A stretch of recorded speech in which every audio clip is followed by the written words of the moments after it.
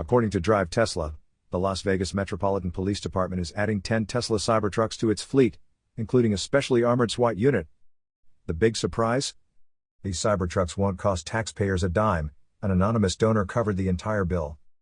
During the State of the Department address, Sheriff Kevin McMahill highlighted the Cybertruck's safety advantages, pointing out its tough exoskeleton that can stop bullets, ensuring better protection for officers.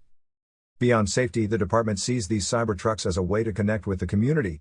Sheriff McMahill noted that their unique design will draw public interest, giving officers more opportunities to engage with residents. But Cybertrucks aren't the only high-tech addition.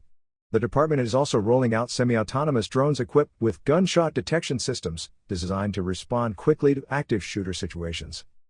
With Las Vegas leading the way in bringing new technology into law enforcement, the success of this Cybertruck program could influence police departments across the country. If they perform well in terms of safety, efficiency, and community engagement, other agencies might soon follow their lead. You are listening to UON News.